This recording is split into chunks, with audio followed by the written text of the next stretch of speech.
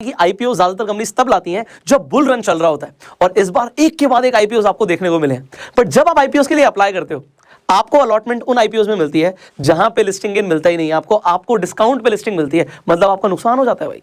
और जिन आईपीओ में आपको लिस्टिंग गेन अच्छा मिलता है, वहां पे ज्यादा से आपको 1 लॉट या 2 लॉट मिलता है। अब जहां पे लिस्टिंग गेन अच्छा मिल रहा है तो आप सोचते हो कि चलिए मैं हर बार अप्लाई कर देता हूं, but yes this is a fact कि हर बार अगर आप अप्लाई करेंगे तो उन आईपीओ में तो आपको अलॉटमेंट जल्दी मिल जाएगी जहां पे लोगों ने बहुत ज्यादा सब्सक्राइब नहीं किया हो या फिर आपका नुकसान होने वाला है। इस वीडियो में मैं आपको ये भी बताने वाला हूं कि कैसे आपको गूगल के फ्री शेयर्स मिलेंगे, तो आप इस वीडियो को एंड तक जरूर देखिए। तो अब क्या करें, अगली बार नुकसान से कैसे बचे। मैंने देखिए जो मेजर आईपीओ आ रहे होते हैं ना, उसके ऊपर आपको मैं इंफॉर्मेशन देता हूं। जैसे कि मैंने आपको नाइका के ऊपर इंफॉर्मेशन दी, जोमेटो के ऊपर दी, पॉलिसी बाजार के ऊपर दी, इनफैक्ट पेटीएम के ऊपर भी दी। जोमेटो, नाइका एंड पॉलिसी बाजार में मैंने आपको बोला कि यू कैन अप्लाई, एंड उसमें आपको बहुत जबरदस्त फायदे भी हुए हैं।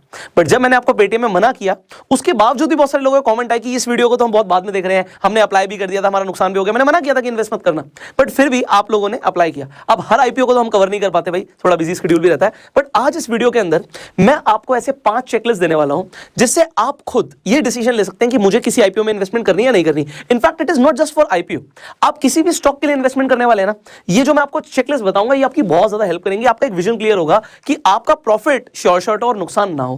यही हमारा विजन है, यही हमारा गोल है। सो इसे साथ में मिलकर अचीव करेंगे। अब स्टेप बाय स्टेप आगे बढ़ेंगे, चेकलिस्ट के सारे पॉइंट्स कवर करेंगे। सबसे पहले कभी भी कोई भी आईपीओ आ रहा है, आईपीओ में पैसा लगाने से पहले ना सिर्फ ये देखने से पहले कि भैया ग्रे मार्केट प्रीमियम क्या चल रहा है या सब्सक्रिप्शन रेट क्या चल रहा है, पहले ऑब्जेक्टिव पर आ जाओ। एक कंपनी आईपीओ लेकर आ रही है, इनिशियल पब्लिक ऑफरिंग, मतलब पहली बार वो कंपनी शेयर मार्केट में लिस्ट होने जा रही है, अपने जो शेयर्स हैं वो पब्लिक को देने वाली है। तो वो क्यों पब्लिक से पैसा उठाना चाहती है, उसका ऑब्जेक्टिव क्या है, वो चाहती क्या है। देखो बहुत सारे रीजन हो सकते हैं। हो सकता है उस कंपनी पे पहले से बहुत ज्यादा कर्जा हो, डेट हो, और वो अपना कर्जा उतारने के लिए मार्केट में अपना आईपीओ लेकर आ रही है। हो सकता है उस कंपनी को एक्सपेंशन करना हो, भैया कंपनी चाहती है कि हम अपनी और ज्यादा फैक्ट्रीज लगाएं, R&D पे खर्चा करें, उसके लिए पैसा चाहिए होता है, विच इज गुड। ये डेट वाला ऑप्शन अच्छा नहीं है कि पहले कर्जे में डूबी हुई कंपनी और कर्जा खत्म करने के लिए आईपीओ लेकर आ रही है। बट अगर कंपनी एक्सपेंशन के लिए पैसा मांग रही है, वेल एंड गुड। अब एक और एग्जांपल ले लेते हैं, मान लेते हैं जो अर्ली इन्वेस्टर्स है, जिन्होंने कंपनी में पहले इन्वेस्ट किया था, वो भैया एग्जिट मारने के लिए, मतलब हम अपने शेयर्स निकाल देंगे, ऑफर फॉर सेल पे वो शेयर्स दे देंगे, लोग उन शेयर्स को खरीद लेंगे, बेटा हमारे पास तो पैसा आ गया। और ऐसा आपने देखा कि पिछले कई आईपीओ में हुआ है, इन्वेस्टर्स को नुकसान हुआ है इसमें। तो अगर कंपनी का ऑब्जेक्टिव है कि जो इनिशियल इन्वेस्टर्स ही बस अपना पैसा लेके बाहर निकल जाए, तो आपका नुकसान होने के चांसेस बहुत ज्यादा है। तो यहां पे आपको समझना है कि जो डेट है, अगर कंपनी सिर्फ उसके लिए ले रही है, नॉट गुड, एक्सपेंशन के लिए रही है, गुड। और अगर सिर्फ अर्ली इन्वेस्टर्स बाहर निकल रहे हैं, तो भी अगेन रिटेल इन्वेस्टर्स का नुकसान हो सकता है। बट सिर्फ एक चेकलिस्ट के पॉइंट पे मत जाइए, बहुत सारी चीजें समझनी है। तो ऑब्जेक्टिव, जब आपको और ज्यादा क्लैरिटी कैसे मिलेगी ऑब्जेक्टिव के ऊपर, 1 मिनट बात कर लेते हैं। एक आपने हमेशा देखा होगा कि रेड हेरिंग प्रोस्पेक्टस हर कंपनी सबमिट करती है, किसे करती है, सेबी को करती है। वो क्यों करती है कि भैया उसमें सब कुछ मेंशन्ड होता है, कंपनी के ऑब्जेक्टिव्स क्या, फाइनेंशियल्स के भी हम आगे बात करने वाले हैं। तो आपको देखो पैसा लगा रहे हो यार, तो पैसा लगाने से पहले आपको रेड हेरिंग प्रोस्पेक्टस, DRHP भी बोलते हैं इसे, तो आपको कंपनी का रेड हेरिंग प्रोस्पेक्टस जरूर पढ़ना है। अब अगर आपने रेड हेरिंग प्रोस्पेक्टस पढ़ा तो आपको काफी कुछ क्लैरिटी मिल जाएगी। जब वो क्लैरिटी मिलती है तो उस क्लैरिटी में आपको कुछ चीजें और भी चेक करनी है, वो क्या है उसके ऊपर बात कर लेते हैं। आप रेड हेरिंग प्रोस्पेक्टस पढ़ रहे हैं तो आप कंपनी के फाइनेंशियल्स भी उसके अंदर देख पाएंगे। आपको क्या चीजें मेन देखनी है उसके ऊपर बात करते हैं। पिछले 3 साल में कंपनी का रेवेन्यू क्या है, प्रॉफिट्स क्या है और एसेट्स क्या है, मतलब हर साल कंपनी कितना रेवेन्यू जनरेट कर रही है और क्या वो रेवेन्यू हर साल बढ़ रहा है या नहीं बढ़ रहा। प्रॉफिट कंपनी जनरेट कर रही है और वो हर साल बढ़ रहा है नहीं बढ़ रहा। अगर कंपनी लॉस मेकिंग है तो फिर हम आगे के पॉइंट्स के ऊपर डिस्कशन करेंगे। तो आपने देखा था काफी सारी कंपनीज आई हैं जो लॉस मेकिंग थी, एग्जांपल पेटीएम। तो आपने देखा कि पॉलिसी बाजार, अब यहां पे अगर लॉस मेकिंग भी है तो उसमें भी आपको बहुत सारी चीजें समझने की जरूरत है। तो ऑब्जेक्टिव आपको एक चीज समझनी थी, आपने रेवेन्यू देखा, चलो हर साल कंपनी प्रॉफिट बना रही है, क्योंकि हर बिजनेस का मेन गोल क्या होता है कि हम प्रॉफिट जनरेट करेंगे। अगर बिजनेस अभी प्रॉफिट जनरेट नहीं कर रहा तो आपको यह देखना है कि वो कब तक प्रॉफिट जनरेट करने की सिचुएशन में पहुंचने वाला है। तो ये आपने समझा। और कंपनी के एसेट्स हर साल बढ़ रहे हैं नहीं बढ़ रहे, ये 3 चीजें आपको समझनी है। और कम से कम भी डेटा पिछले 3 साल का लेना है। अगर आप पिछले 3 साल में ये तीनों चीजें नहीं देख पा रहे और आपको सेटिस्फैक्टरी रिस्पॉन्स नहीं दिख रहा, तो फिर आपका पैसा भाई, आपका डिसीजन है कि आपको पैसा लगाना नहीं लगाना। अब फाइनेंशियल्स में एक बहुत बड़ी चीज है, मैं स्टेप बाय स्टेप आगे बढ़ूंगा, आपको सारी चीजें समझ आएंगी। हम बात करेंगे ईपीएस की। सबसे पहले ईपीएस का मतलब होता है अर्निंग पर शेयर, कंपनी का क्या है। अब स्टेप बाय स्टेप आगे बढ़ रहा हूं तो समझते हैं। अब कंपनी का अर्निंग पर शेयर आप कैसे निकालेंगे, बहुत आसान है। कंपनी का प्रॉफिट कितना है और कंपनी के पास आउटस्टैंडिंग शेयर्स कितने हैं, तो प्रॉफिट को डिवाइड कर दीजिए आउटस्टैंडिंग शेयर से। अब एग्जांपल देता हूं मैं आपको, मान लीजिए कंपनी का प्रॉफिट है 20 करोड़ रुपए और कंपनी के पास जो आउटस्टैंडिंग शेयर्स है वो है 2 करोड़। तो कंपनी का अर्निंग पर शेयर कितना आ गया भाई, 10 रुपए का आ गया, 10 रुपीज का आपने कैलकुलेट कर दिया ईपीएस, अर्निंग पर शेयर। अब अर्निंग पर शेयर जब आपको पता लग जाएगा तो आप क्या कैलकुलेट कर सकते हो खुद। वैसे तो सारी इंफॉर्मेशन मिलती है बट आपको पता होना जरूरी है कि निकलती कैसे। जब आपके पास ईपीएस आ गया, एग्जांपल एक कंपनी का लिया हमने, तो 10 रुपए का ईपीएस आ गया, अर्निंग पर शेयर आ गया, तो इससे पी रेशियो निकाल सकते हैं। पी रेशियो याद है, मैंने फंडामेंटल एनालिसिस में आपको सिखाया था। तो पीई रेशियो की जब हम बात कर रहे हैं, पी रेशियो क्या होता है? Profit to earning ratio. Company का प्राइस, अभी शेयर प्राइस क्या चल रहा है और उसकी अर्निंग क्या है। तो अब हम पी निकालते कैसे हैं? कंपनी का शेयर प्राइस कितना है, मान लेते हैं कंपनी का शेयर प्राइस है 100 रुपए का, और कंपनी का ईपीएस अभी आपने एग्जांपल के लिए कैलकुलेट किया 10 रुपए का।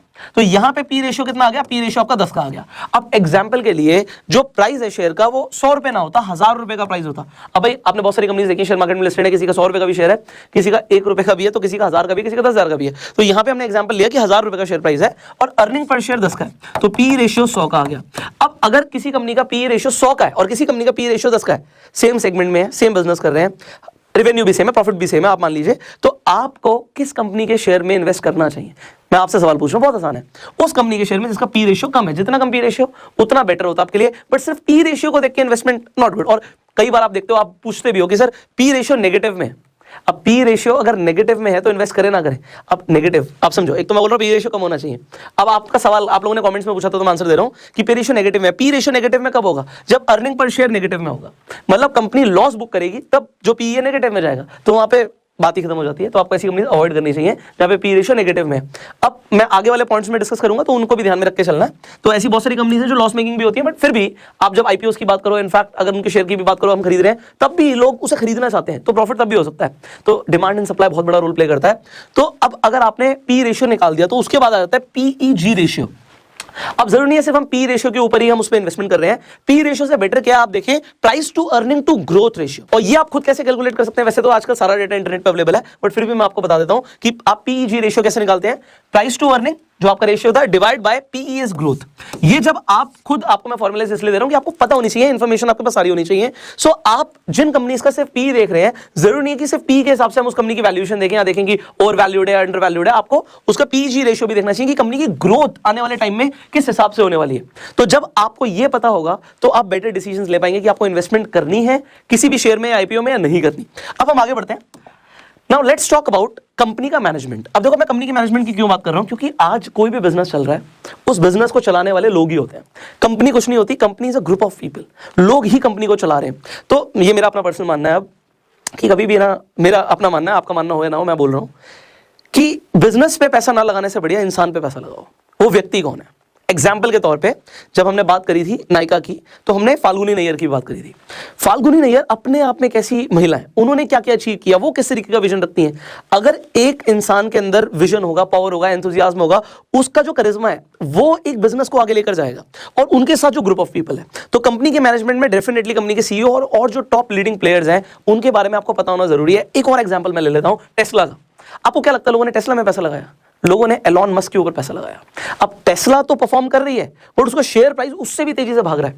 क्यों भाग रहा है? क्योंकि एलॉन मस्क अपने आप में एक ऐसे व्यक्ति हो गए जिसे आज की डेट में शायद दुनिया में सब जानते होंगे। अब टेस्ला की मैं बात कर रहा हूं, तो टेस्ला का अगर आपको शेयर खरीदना है तो इंडियन स्टॉक मार्केट में तो आप नहीं खरीद सकते। यहां पे कुछ लोगों का सवाल भी था कि आप लोग यूएस की स्टॉक मार्केट में कैसे इन्वेस्ट कर सकते हो, तो इसका भी मैं अब आपको आंसर दे देता हूं। देखिए, यूएस स्टॉक मार्केट में इन्वेस्ट करने के लिए आपको एक यूएस स्टॉक अकाउंट चाहिए होता है, यूएस स्टॉक ट्रेडिंग अकाउंट चाहिए होता है। अब एग्जांपल के लिए अगर आपको यूएस अकाउंट चाहिए तो आपने आईएनडी मनी का नाम तो जरूर सुना होगा। यहाँ पे अकाउंट ओपनिंग फीस नहीं है, मेंटेनेंस चार्जेस नहीं है, फंड ट्रांसफर की कोई चार्जेस नहीं है, ट्रेडिंग के चार्जेस नहीं है, और best in the industry rates हैं जब आप आईएनआर को यूएसडी में कन्वर्ट करते हैं। तो अब अगर आप डेली बेसिस पे खुद देख रहे हैं कि आप कितने सारे यूएस कंपनी से घिरे हुए हैं, आप अमेजॉन से ऑर्डर कर रहे हो, आप यूज कौन सा फोन कर रहे हो, एप्पल का फोन यूज कर रहे हो, इसके साथ साथ आप नेटफ्लिक्स पे कोई ना कोई वेब सीरीज देख रहे हो, तो हम यूएस कंपनी से घिरे हुए हैं। फेसबुक को हम यूज करते हैं, गूगल पे हम सब कुछ सर्च करते हैं। तो जब हम यूएस कंपनीज को इतना ज्यादा यूज करते हैं, उन्हें पैसे देते हैं, अमेजॉन हमारे थ्रू कमा रहा है, नेटफ्लिक्स के सब्सक्रिप्शन के हम पैसे दे रहे हैं, स्टारबक्स पे जाके हम कॉफी पी रहे हैं, तो ऐसी कंपनी से जब हम पैसे दे रहे हैं तो उनकी ग्रोथ में हमें कुछ फायदा नहीं हो रहा। उनको तो पैसा जा रहा है, बट आपको कैसे फायदा होगा? देखो, एज एन इन्वेस्टर सोचो हमेशा, अगर आपको स्टारबक्स की कॉफी पसंद है तो बहुत सारे लोगों को भी पसंद है।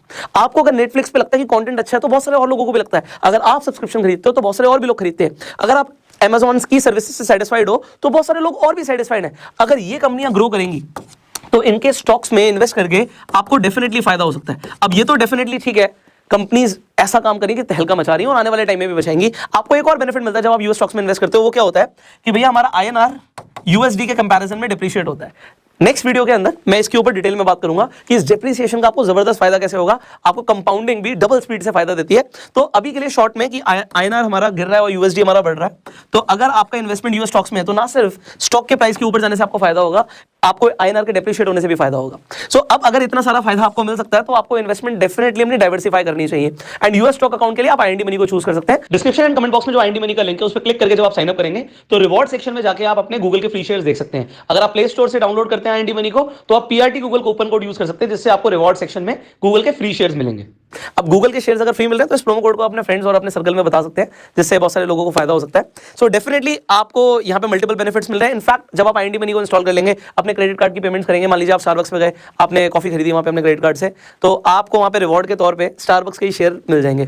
तो इसी तरीके से यहाँ पे मल्टीपल बेनिफिट्स हैं IND मनी में। लिंक डिस्क्रिप्शन कमेंट बॉक्स में है। And as I told you आपको फ्री शेयर्स मिल रहे हैं तो you should go for it. So यहाँ पे हमने जो चीज समझी है कि ठीक है यूएस स्टॉक्स में इन्वेस्ट करने में आपको फायदा है, एंड आप किसी भी कंपनी में इन्वेस्ट कर रहे हो, फेसबुक पे इन्वेस्ट कर रहे हो तो किसे देख रहे हो आप? मार्क ज़करबर्ग को देख रहे हो। मैनेजमेंट बहुत इंपॉर्टेंट है इन एनी कंपनी। Amazon की हम बात कर रहे हैं, who is the owner of Amazon? Jeff Bezos. हमें नाम पता है भाई, और बंदा है जो कंपनी को ऊपर लेकर जा रहा है। तो किसी भी कंपनी में इन्वेस्ट कर रहे हो, you should definitely understand who is there management, कौन से लोग हैं जो कंपनी को चला रहे हैं। और जो लोग कंपनी को चला रहे हैं, अगर आपको लगता है कि वो लोग ऐसे हैं जो इस बिजनेस को आगे लेके जाएंगे, तो प्रॉफिट आपका होने वाला, अगर आप उन कंपनीज में इन्वेस्टमेंट कर रहे हैं तो। अब आईपीओ के लिए भी आपको ये पॉइंट समझ आया कि कंपनी मैनेजमेंट को समझना जरूरी है, और शेयर इन्वेस्टिंग के लिए भी आपको मैनेजमेंट को समझना बहुत जरूरी है। Next is peer comparison. Peer comparison का मतलब क्या होता है कि आप अगर आज किसी कंपनी में इन्वेस्ट कर रहे हैं, मान लीजिए वो रियल एस्टेट की कंपनी है, आपने पी रेशियो देखा, आपने फाइनेंशियल चेक कर लिया, आपने उसका जब आईपीओ आ रहा था तो आपने ये भी समझ लिया कि उसके ऑब्जेक्टिव्स क्या हैं। उसके बाद आपको देखना है कि इसके साथ साथ और कौन सी कंपनीज हैं जो सिमिलर है, मतलब उसकी पेयर है। सिमिलरली कोई फार्मा की कंपनी आ रही है, या कोई भी आपको लगता है कि कंपनी अपना आईपीओ लेकर आ रही है, आप उसके शेयर्स में इन्वेस्ट कर रहे हो, तो आप पीयर कंपैरिजन जरूर चेक कीजिए कि उसके साथ के प्लेयर्स कैसा काम कर रहे हैं। सो आपको इससे एक आइडिया मिलेगा कि आपको उस कंपनी में इन्वेस्ट करना है नहीं करना। आपको इंडस्ट्री के बारे में भी पता लगेगा कि ओवरऑल इंडस्ट्री कैसा परफॉर्म कर रही है। कोई सीमेंट कंपनी है तो मान लीजिए एसीसी सीमेंट है, तो इसके साथ साथ आपको पता लगेगा कि अल्ट्राटेक को भी आपको स्टडी करने की जरूरत है। आप जब इंडिगो पेंट्स में इन्वेस्ट कर रहे हैं तो आपको देखना है कि एशियन पेंट्स भी कैसा कर रहा है, उसकी भी फाइनेंशियल्स कैसे हैं, उसकी भी ग्रोथ कैसी है, सेक्टर के बारे में भी काफी कुछ पता लगता है जब आप पीयर कंपैरिजन को समझते हैं। एंड फाइनली लास्ट पॉइंट के ऊपर मैं डिस्कशन कर लेता हूं। Before you invest in the IPO और एनी स्टॉक, आपको बिजनेस मॉडल समझना बहुत जरूरी है, बिकॉज पैसा वहां लगाना है जहां पे हमें बिजनेस समझ आ रहा है। अगर हमें बिजनेस ही नहीं समझ आ रहा, हमें पैसा नहीं लगाना। यहां पे मेरा एक डायलॉग है, मैं बोलता हूं, only invest in what you understand, do not invest in anything what you do not understand. सिर्फ उसी चीज में पैसा लगाओ जो आप समझते हो। जो चीज आप नहीं समझते ना, उसमें पैसा मत लगाओ। वॉरेन बफे ने भी ये बात बोली थी, जब हर कोई ना .com बबल जब आया था ना, हर कोई .com के पीछे पागल था, वेबसाइट वाली कंपनीज में पैसा लगा रहा था। जिस कंपनी ने अपने नाम के आगे एक डोमेन लगा दिया, वहां पे लोग पैसा लगा रहे थे। तो अब उस टाइम पे वॉरेन बफे ने बताया कि उन्हें इतना फर्क नहीं पड़ा जब .com बबल बर्स्ट हुआ, क्योंकि उन्होंने पैसा नहीं लगाया था, क्योंकि उस टाइम तक वो उस इंडस्ट्री को समझते ही नहीं थे, उस बिजनेस को समझते ही नहीं थे। तो उन्होंने बोला भैया मेरे पास जो पैसा है मैंने ऑलरेडी उन जगहों पे लगा रखा है जो चीजें मैं समझता हूं, जो चीजें मैं समझता नहीं उसमें मैं पैसा क्यों लगाऊं। एंड यही चीज आपके लिए, आपके पास भी पैसा लिमिटेड है, पैसा वहां लगाओ ना जो आप समझते हो। आप जिस बिजनेस को अच्छा समझते हो उसमें पैसा लगाओगे तो आपको डेफिनेटली मुनाफा होगा। अगर हर बिजनेस में पैसा लगा दोगे तो इतना ज्यादा डाइवर्सिफिकेशन भी आपके लिए ठीक नहीं है। सो नाउ आई थिंक कि मैंने आपको आज काफी इंफॉर्मेशन दे दी है। मैं पांचों पॉइंट्स दोबारा से आपको एक बार रिवाइज करा देता हूं, सो दैट अगली बार आपकी इन्वेस्टमेंट से पहले ये पांचों चीजें आपके दिमाग में रहेंगी। सो फिफ्थ पॉइंट हमने डिस्कस किया कि आपको कंपनी का बिजनेस मॉडल समझ आना चाहिए। अगर बिजनेस मॉडल समझ नहीं आ रहा तो पैसा मत लगाइए। हमने फोर्थ पॉइंट डिस्कस किया कि आपको पीयर कंपैरिजन करना है, कि आप किसी भी कंपनी में पैसा लगा रहे हो तो उसके आसपास की, उसके साथ की कंपनी जरूर सर्च कीजिए कि वो कैसा परफॉर्म कर रही है। एंड आपने बात करी कि कंपनी मैनेजमेंट को समझना बहुत जरूरी है, कंपनी को चला कौन रहा है, क्योंकि अल्टीमेटली आप पैसा लोगों के ऊपर लगा रहे हैं। हमने कंपनी के फाइनेंशियल्स के ऊपर बात करी थी, जिसमें हमने कुछ मॉडल समझे थे, जिसमें हमने बात करी थी कि आपको पीजी रेशियो समझना है, आपको पी रेशियो समझना है, और आपको ईपीएस समझना है, अर्निंग पर शेयर। सो आपने ये चीजें समझी हैं। इसके साथ साथ हमने जैसे फाइनेंशियल्स के ऊपर बात करी थी, रेवेन्यू, प्रॉफिट एंड एसेट्स, इन्हें ध्यान रखना है कि पिछले 3 साल का डेटा आपको स्टडी करना है कि वो बढ़ रहा हो, ग्रोथ आ रही हो कंपनी में। हमने बात करी थी कि कंपनी का ऑब्जेक्टिव क्या है आईपीओ अगर लेकर आ रही है, और आपको उस ऑब्जेक्टिव में देखना है कि कंपनी किस लिए आईपीओ लेकर आ रही है, डेट के लिए, एक्सपेंशन के लिए, या एग्जिट जो अर्ली इन्वेस्टर्स हैं उनके लिए। और आपको कंपनी का रेड हेरिंग प्रोस्पेक्टस पढ़ना है, जो कि आपको इजीली अगर आप इंटरनेट पे सर्च करेंगे तो आपको सारी चीजें मिल जाएंगी।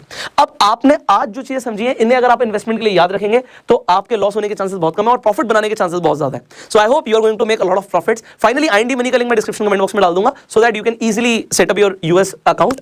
एंड अगर आपको वीडियो अच्छी लगी तो आप इस वीडियो को लाइक कर सकते हैं। कुछ सवाल है आपके तो नीचे कमेंट्स में पूछ सकते हैं। अगर आप चाहते हैं इसी तरीके की हम पावरफुल वीडियोस आपके लिए लगातार बनाते रहें, अगेन कमेंट कीजिएगा। फेसबुक पे वीडियो देखने फॉलो कीजिए, यूट्यूब पे देखने सब्सक्राइब कीजिए, बेल आइकन पे क्लिक कीजिए। I will see you in the next video. Till that time you go south.